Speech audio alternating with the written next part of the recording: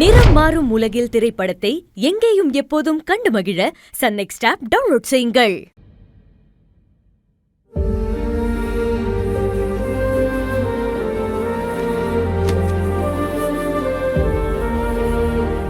ஓ, இந்த விஷயத்தை உன்கிட்ட உடனடியே சொல்லணும் தான் நான் அவசரமா ஓடி வந்தேன். உனக்கும் இது தெரிஞ்சு போச்சா?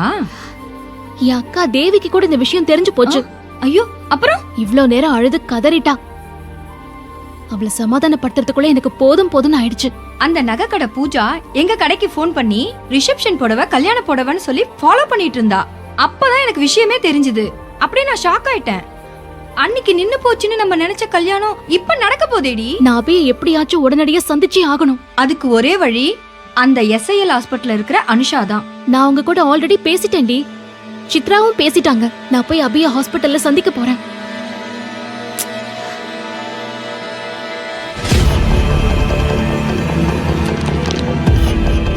என்னாச்சுடி? ஏய், இங்க பாரு. இவெண்ட் நடத்துறது நலன் இவெண்ட் மேனேஜ்மெண்ட்னு போட்டிருக்காங்க. ஆமா,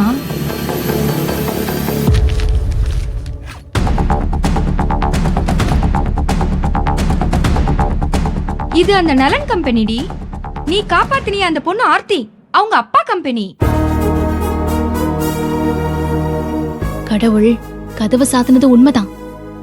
ஆனா தாப்பால் போடல. நமக்கு ஒரு வழி இருக்குது. ஒரு கை பாக்குறேன்.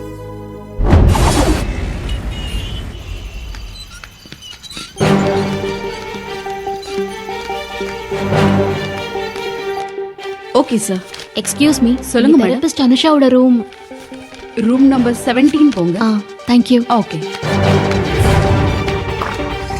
Excuse me. வாங்க. இத அவங்க கிட்ட கொடுத்துருங்க. அனுஷா. ஆமா. நான் சத்யா. போன்ல பேசணுமே. ஓ, ஆமால. ஆ, உட்காருங்க. Thank you.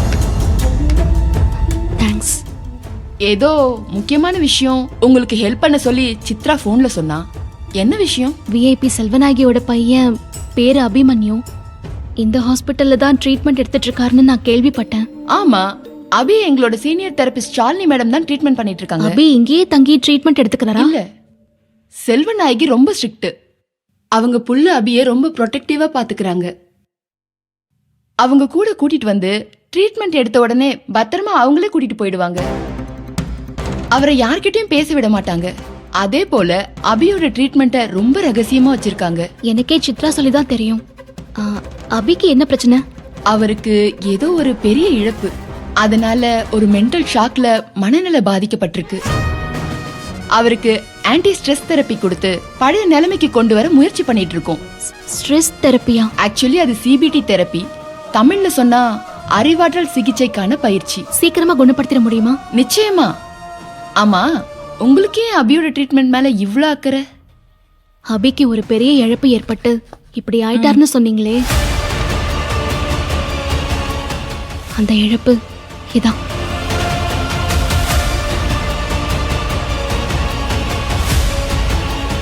என் அக்கா தேவி செல்வநாயகி கம்பெனில தான் வேலை செஞ்சுட்டு வந்தான். அப்போ அபிக்கும் தேவிக்கும் லவ் ஆயிடுச்சு.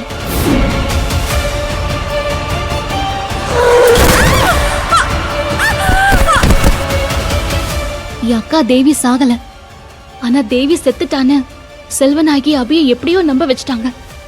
அதனால்தான் பெரிய மென்டல் ஷாக்ல வயித்துல குழந்தையோட இருக்கிற தான் காதலிய பறி கொடுத்து மன உளைச்சலுக்கு ஆளாகி ஒரு பெரிய குற்ற உணர்வுல அபி இப்படி ஆயிட்டாரு. எனக்கு நீங்க ஒரு மிகப்பெரிய உதவி செய்யணும் அனுஷா. சொல்லுங்க. என் அக்கா தேவி கர்ப்பமா இருக்கா. இந்த விஷயம் வெளியே தெரியறதுக்குள்ள நான் அவளுக்கும் அபிக்கும் கல்யாணம் பண்ணி வைக்கணும்னு உறுதியோட இருக்கேன். ஆனா இப்ப அபி எதையும் புரிஞ்சுக்கிற மனநிலைமையிலேயே இல்ல.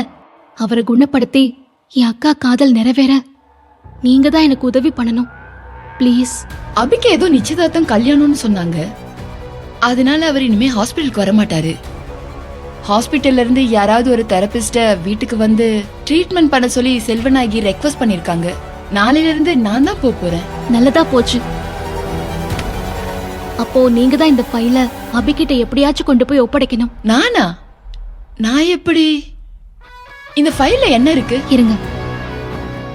இதுல தேவியோட போட்டோ, அவங்க 2 பேரும் காதலிக்கும் போது கொடுத்துக்கிட்ட கீ செயின், சில மெமரபிள் gift, போட்டோஸ், அப்புறம் செல்வநாயகி அக்காவுக்கு செஞ்சதெல்லாம் ஒரு லெட்டரா இதுக்குள்ள எழுதி வச்சிருக்கேன். இந்த ஃபைலை எப்படியாச்சும் அபிகிட்ட கொண்டு போய் சேர்த்துருங்க.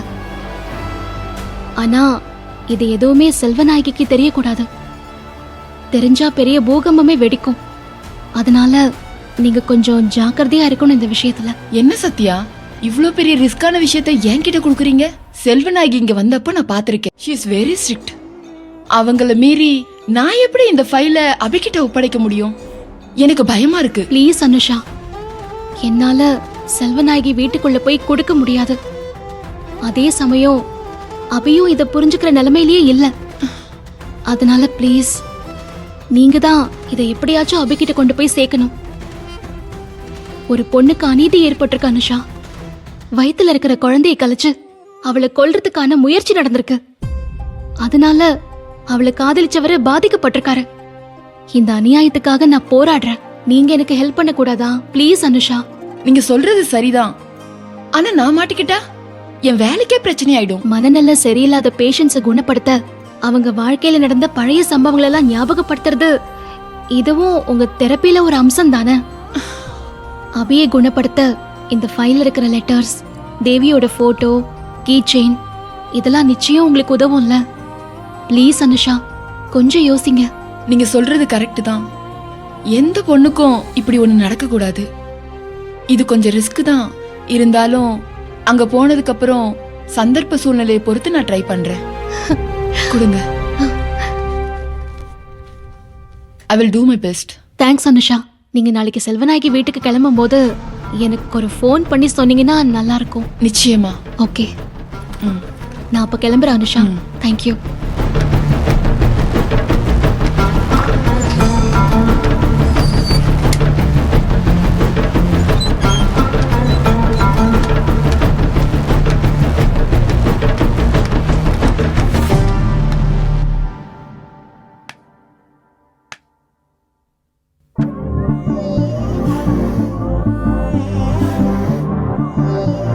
ஆட்டோக்காரன் இங்க என்ன பண்றான்?